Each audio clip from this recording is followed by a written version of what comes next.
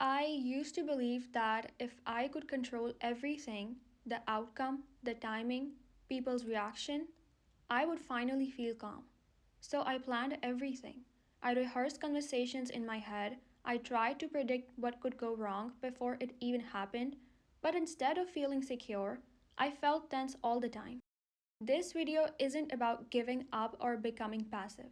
It's about understanding why we try to control, what it costs us psychologically, and how learning to let go actually creates more stability, not less.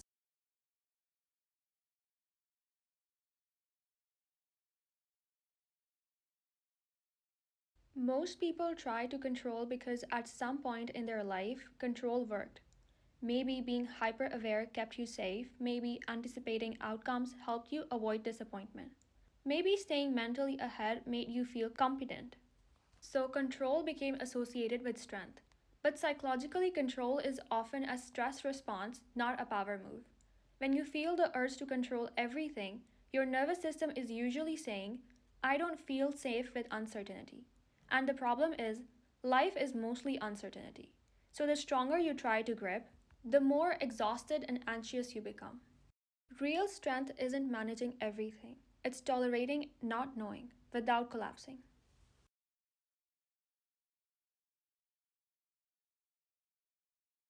Letting go doesn't happen all at once.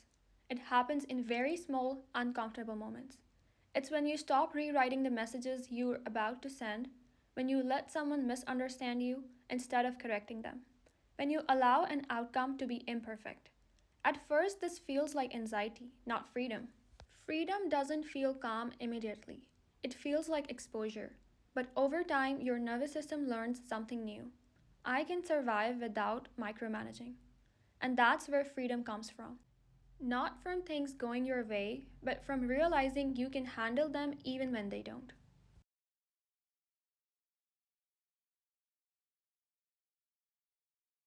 We can notice this pattern show up clearly in how we dress. When we are trying to control perception, our outfits are always overthought, too many layers, too many rules. Always asking, does this look right? That's not style, that's anxiety management. When we start letting go, our clothes become simpler, more intuitive, less about armor, more about alignment. Fashion is psychological. It reflects how much trust you have in yourself. When you're calm, you don't overstyle. When you trust yourself, you don't need to explain your choices. Your clothes stop working for you and start working with you.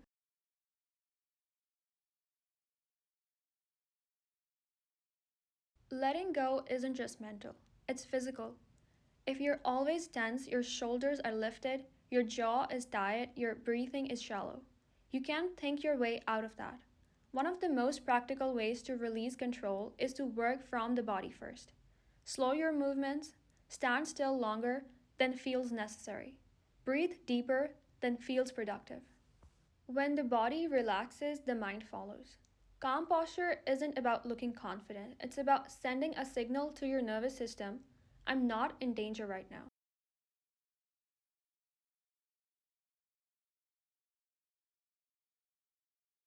The irony is when you stop trying to control everything, you actually gain control where it matters.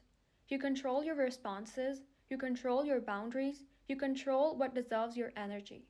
You stop forcing outcomes and start trusting your ability to adapt.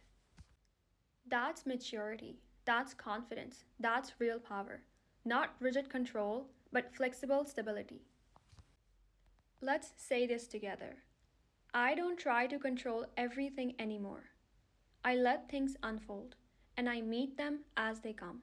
Not because I don't care, but because I trust myself enough to handle reality.